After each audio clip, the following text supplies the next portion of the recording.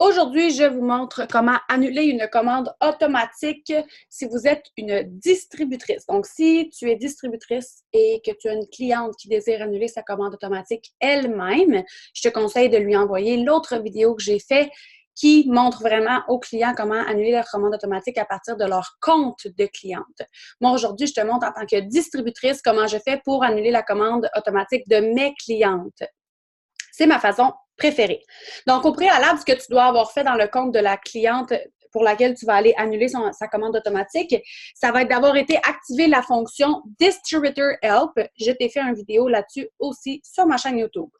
Donc, première étape, ça va être d'aller te loguer dans ton eSuite, ton ID, c'est ton numéro de distributrice et ton mot de passe.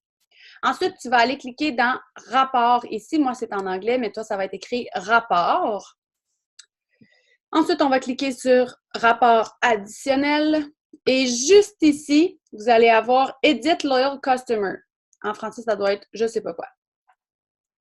Vous allez pouvoir descendre. Ici, vous allez retrouver tous les clients fidèles, même si vous les avez déplacés, pour lesquels vous avez été activer la fonction Distributor Help. Si la fonction n'est pas activée, vous ne le trouverez pas ici, votre client fidèle.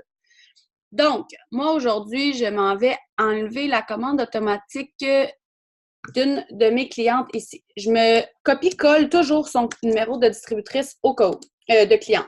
Alors, je clique sur « Edit ».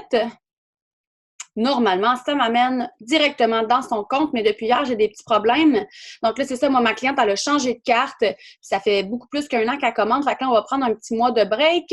Alors, je vais ici, dans AutoShip. Au préalable, vous devez toujours vous noter le code postal de la personne. Donc, vous allez aller ici dans Adresse, aller noter son code postal si vous ne le connaissez pas. Donc, moi, je le connais. Alors, je vais aller dans AutoShip. Et je vais aller cliquer ici sur « Modifier son AutoShip ». Et là, moi, vu que ce mois-ci, je veux vraiment juste l'enlever parce que la cliente veut commander quand elle veut, elle va rester cliente, elle va garder son 40 % de rabais, je clique sur « Cancel AutoShip » qui est juste ici.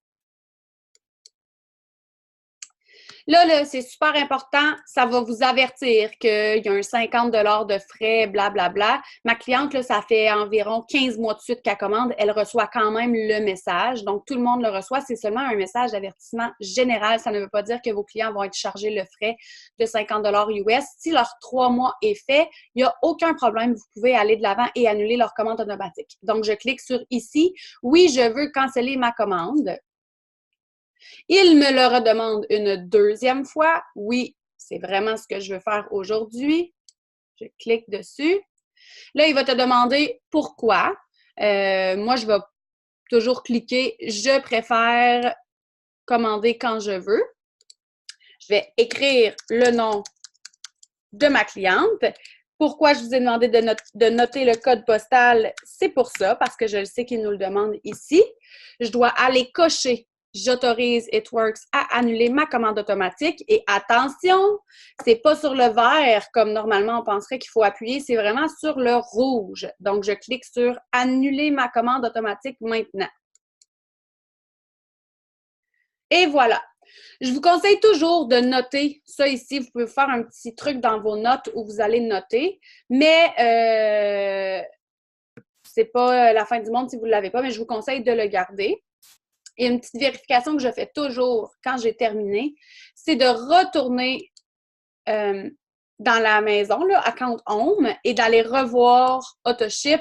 Et voilà, je vois ici qu'il est écrit « No records found ». Ça veut dire qu'elle n'a plus d'AutoShip en place. Ça veut dire que tout a bien fonctionné. Mon travail est fait, j'ai annulé l'AutoShip de ma cliente.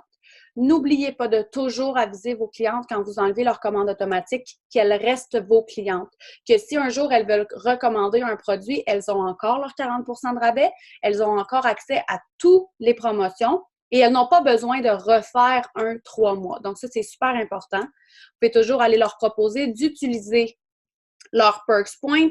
N'oubliez pas qu'une fois que vous annulez une commande automatique, les points expirent 30 jours suivant la date de la dernière commande et non 30 jours suivant la date où vous l'avez annulé. Donc ça, c'est important à savoir. Un point égale 1 $. Fait que vous pouvez aller lui proposer de les utiliser.